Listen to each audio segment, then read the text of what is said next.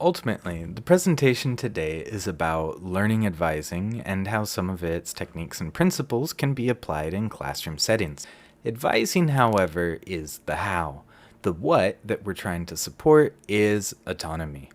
In that way, advising is sort of like the finale, the effective way to support our students' development of autonomy.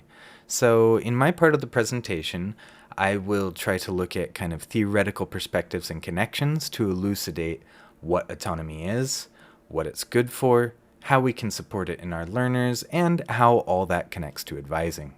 As the whys, whats, and hows of autonomy become clearer and we understand it better on a mechanistic level, that gives us more control over it, and we become less prescriptive and we can better react to different situations in our advising and in our classrooms. So our first question was, what is autonomy? Let's take a couple of minutes to wade through a few definitions and distill the salient features and gain some specificity. For those who have been around for a while, you may have seen Emma Uchioda's talk where she mentions Autonomy 1 and Autonomy 2.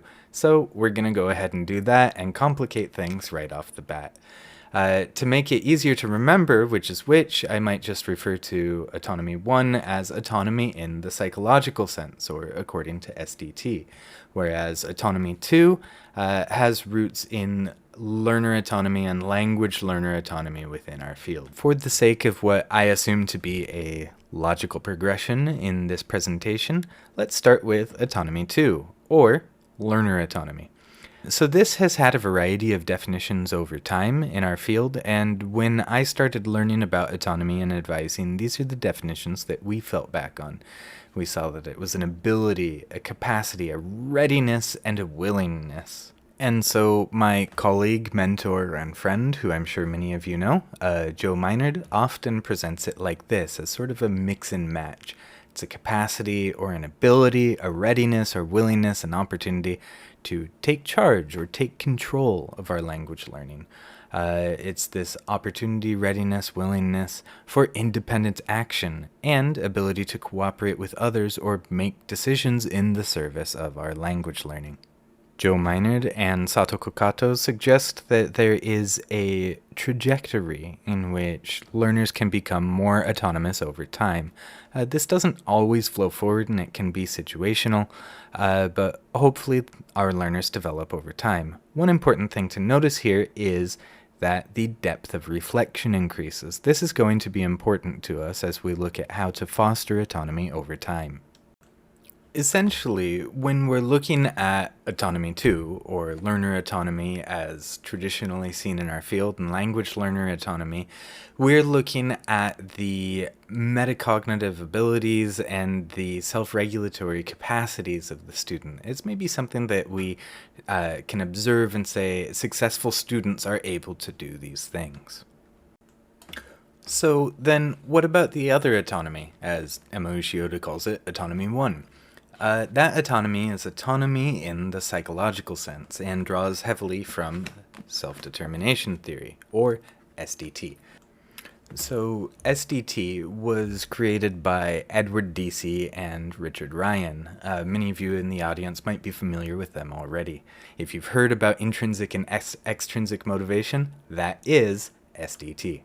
Self-determination theory, or SDT, is a robust theory of human motivation that's been developed over the past 40 years or so. It's been researched in multiple domains, such as human development in schools, healthcare and patients' need satisfaction, and even motivation in video games. Now, SDT posits three basic psychological needs that need to be satisfied for humans to be motivated well and keep their motivation and to flourish. So, the first of these basic psychological needs is kind of the capstone, the main one of SDT, and that's a term that's very familiar to us now, autonomy. So autonomy in the psychological sense, Autonomy 1 here, is when one's behaviors are self-endorsed or congruent with one's authentic interests and values. The two other basic psychological needs are competence, which is our need to feel effectiveness and mastery, and relatedness, the connectedness and contribution to groups. You might notice that both of these made a bit of an appearance in our earlier definitions about learner autonomy. Of course, the main piece here, though, is at the top, autonomy.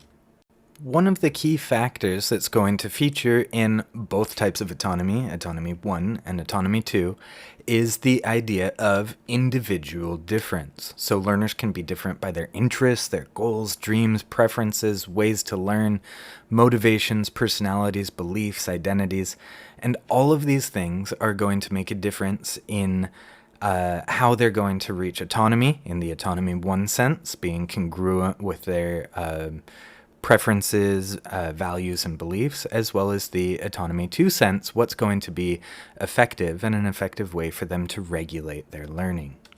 What are the common links between autonomy 1 and autonomy 2 in the learner autonomy sense and metacognitive strategies and learning strategies and the psychological sense? Well, the common thread is that there is individual difference, and in both of those, acting in the optimal way or in a way congruent with your preferred approaches, beliefs, values is going to take some self-knowledge. Without that self-knowledge of what works or what preferences are, we can't really reach either of those types of autonomy. And so when we talk about mechanisms for developing learner autonomy, this is where we kind of get back to reflection. Reflection is how we build that self-understanding so that either we can use preferred approaches or act in a way that's congruent with our beliefs and values. Essentially, that is probably the biggest value of advising. That's what advising does. It helps a learner to be able to reflect on their learning in a way that's effective and helps them develop more self-knowledge as to what works for them, what their preferences are. This is kind of the mechanistic underpinning of what advising does and why it works at its most important levels. Autonomy 2, in the sense that we look at it in our field, is kind of a result that we see that happens after motivation. Emma Ushioda mentions that autonomy 1, the psychological sense, is what leads to that motivation in the first place. Again, STT is mainly a theory of general human motivation. While it seems it suggested that autonomy in the psychological sense helps lead to learner autonomy down the line, and we can do that through further reflection and advising and things like that, I'd like to look a little bit more at the benefits of autonomy in the psychological sense, since we're going to assume students are going to be developing that or needing to develop that anyway. In SDT, we can think of motivation as happening across a scale of autonomy. This is where intrinsic motivation and extrinsic motivation come in. So we have the most intrinsic forms like integrated motivation, down through our identified motivation, which might be something like, okay, I agree with the outcome even though I don't really agree with the process of it. Where when it's fully integrated, it might be something a little bit more like, I'm actually enjoying the process of what I do. We go down to extrinsic motivation, and then where people might feel more coerced, down to outright control, where they're forced to do something. Along that scale of motivation, intrinsic motivation, especially integrated, is going to be the most autonomous. So why is that important? Well, if you think about it, the things that we are extrinsically motivated for, we are sort of forcing ourselves towards, but it takes a lot of willpower, a lot of energy. And that willpower and energy is exhaustible. So this is a concept called ego depletion. I think many people are familiar with the Stanford study with the marshmallows, where children are told that if you don't eat the marshmallow now, then you can get 2 of them later. So it's on delayed gratification and willpower and things like that. And if we talk about strategies, indeed, different children use strategies to try and avoid eating the marshmallow. They tried ignoring it, doing something else, singing, etc. Well, there is another study that was done that kind of builds on that a little bit, and it looks at this concept of ego depletion, of use of willpower. And so there were 2 groups brought in for the study, and the first group was told, oh, wait a minute, before your task, wait here, we need to go do something. The task it ended up was to try and solve an unsolvable puzzle that was pure white. Essentially, it was meant to frustrate them. Well, the first group, while they were waiting, was invited to, well, there's some chocolate chip cookies here. If you would like to eat some before the test, please feel free to do so. That's fine, we'll be back in like 10 minutes. The second group was brought in for the same task, the pure white unsolvable puzzle, to see how long they would sustain their effort on it and be motivated to try and work on it. However, they were told, oh yeah, we'll be back soon. There's some chocolate chip cookies here, but sorry, that's for someone else later on. Please don't eat those. However, we do have a bowl of radishes, and you can eat as many of those as you want. Well, you can guess what probably happened in the study. Of course, the people who could enjoy the chocolate chip cookies didn't have to exert much willpower, and so when they got in and were working on the task, the puzzle, they lasted over twice as long before giving up. Those who were frustrated and had already needed to spend some of this willpower avoiding the cookies or just disgruntled about the radishes were not able to sustain their motivation for as long. So, what's the point? The point being that intrinsic forms of motivation lead to less ego depletion. The more extrinsic our forms of motivation, we can maybe push ourselves towards something, we can strategize ways to try and keep on a task, but we expend our energy and our effort much more quickly, and our willpower is an expendable resource, and the part of our brain responsible for it as well, planning, doing the hard thing, that willpower, the prefrontal cortex, is very energy hungry part of our brain. The more that we can sort of preserve the energy there and our willpower, the more we can attend to other things it's used for too, like working memory and attention. So our learning quality is at the neurological level going to improve when we're able to draw on more intrinsic forms of motivation. What's more, because we don't have that same sort of expenditure of willpower and ego depletion, we're able to sustain a task for much longer and stay motivated on it. In fact, instead of draining our energy, a lot of times at the most integrated forms of motivation, we're actually enjoying the task. We're having fun, and the task itself might have an energizing effect on it. So Ryan wrote about the how this might be applied in the realm of video games. People are actually feeling relaxed and energized from doing a task that is a more integrated form of motivation. James G. has also written extensively on this and how good learning happens in video games. We just ignore it because it's what he calls the problem of content. It's not an academic area, so we ignore the learning that's happening there. If we step back and look at the quality of learning within those games or structures, though, very, very effective and sustained learning is happening there. If we talk about the most integrated forms of motivation, the most autonomous forms of motivation having an energizing effect, being enjoyable doing the task itself, in other words, that can sometimes be called an autotelic experience, which is a term that was originally coined by Mihai Csikszentmihalyi. So he is essentially the father of flow. And in fact, in this volume here, there is a bit about how flow is actually unlikely to be found in the absence of autonomy. So we often hear about how a flow state, the kind of primary predictor for it, is an optimal challenge, something that is not too hard, but hard enough to be challenging, that it draws on our attentional resources. And this kind of matches up with the old Vygotskian idea of the zone of proximal development. But anyway, what's been found since then is that even in the midst of an optimal challenge, in the absence of autonomy, flow is unlikely to happen. There's another author who studies flow because he got interested in it working with extreme sports athletes originally in the 1990s. And he's taken interest in that and what's now being termed optimal psychology. So optimal psychology looks at optimal psychology for performance, essentially. So that author is Stephen Kotler, and he mentions a few different things around flow. Specifically, that it changes kind of the set of neurochemicals we have being released in our brain in ways that lead to more information intake, that lead to more attention, that foster connections and pattern recognition, and increase lateral thinking. He cites a few different studies that show results where flow state led to anywhere between a 400 and 700% increase in creativity among people in business situations, for example. And that creativity could outlast the flow state for a couple of days.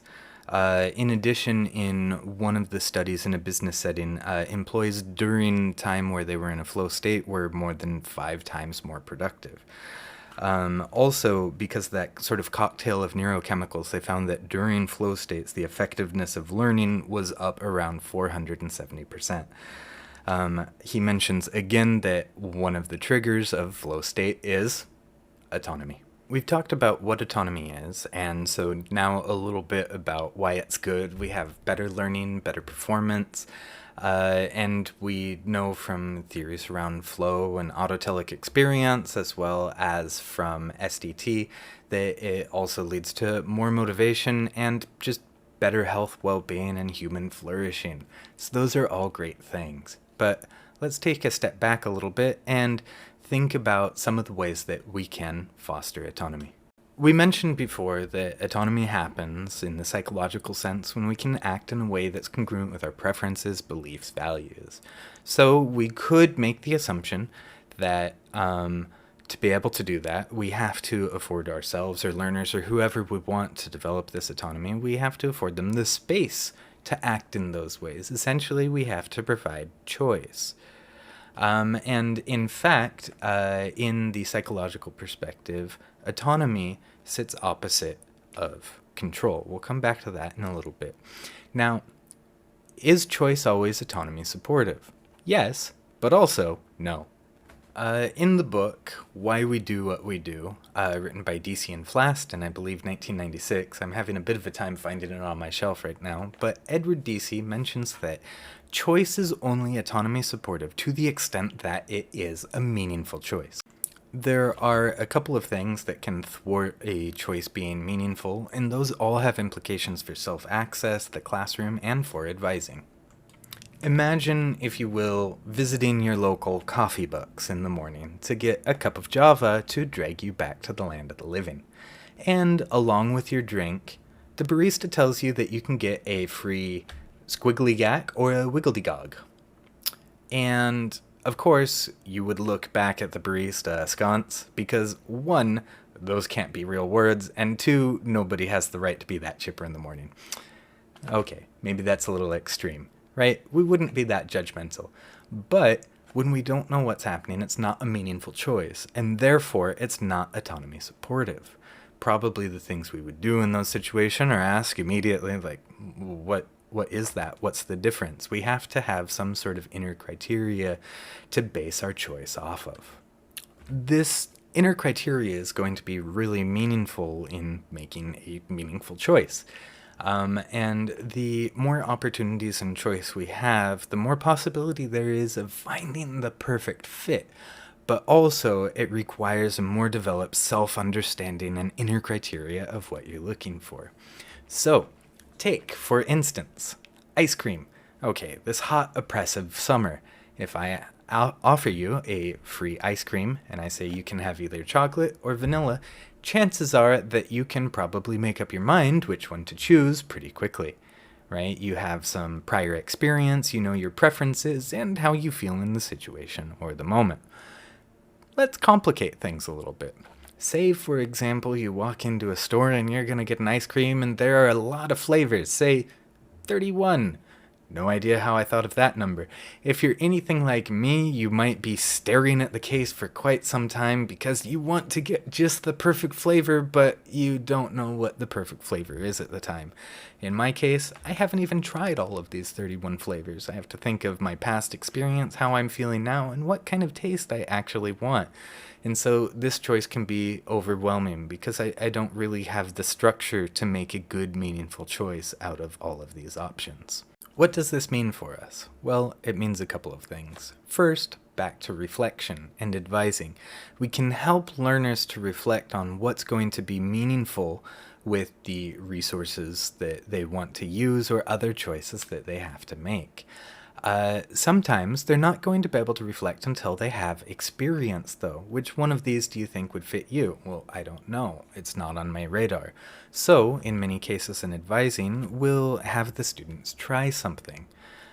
Try it out, let me know how it goes, come back, and I'll help you reflect on it and figure out what was working or not working for you, and we'll build from there. It happens over time. The other thing that we can do is offer a bounded choice. Well, I've never tried any of these things before, I don't know how they fit me.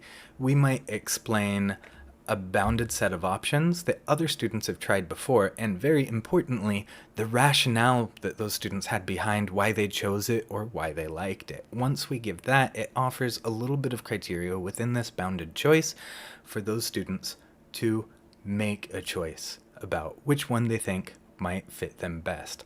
So again, autonomy isn't binary from no autonomy to being a very successful autonomous learner, right? It builds up over time, and this can be one way that we start learners on that. Because today we're talking about advising as it can apply to the classroom and how to support students' autonomy there, I want to make mention of this last point. So not having choice is absolutely autonomy thwarting, isn't it? Well, not so fast. Because in the classroom and in our curricula, we have things that we're obligated to do or we need to do. However, it's not always autonomy thwarting. A few years ago, I was able to see Richard Ryan speaking at PLL3. And this is actually when I first got interested in SDT. And he said a couple of things. First, autonomy in the classroom doesn't mean lawlessness. It doesn't mean anarchy, do whatever. And even for tasks that we have to do, we can still have structure without having control. He makes a distinction between control, where someone is forced to do something, and structure, where we have an order we need to do something in. But he mentions that under structure, we can still have autonomy. Think back to the idea that in the psychological sense, autonomy is acting in a way congruent to your beliefs, values, and preferences. That means there's another way to achieve autonomy too in the classroom, and that is to help learners buy into what they're doing. And so this is part of why awareness raising and explanations about what you're doing and why and how it will help them can be really important in the classroom. Sometimes educators might skip over those things because they feel like, oh, well, we need more time on task, let's just skip that part.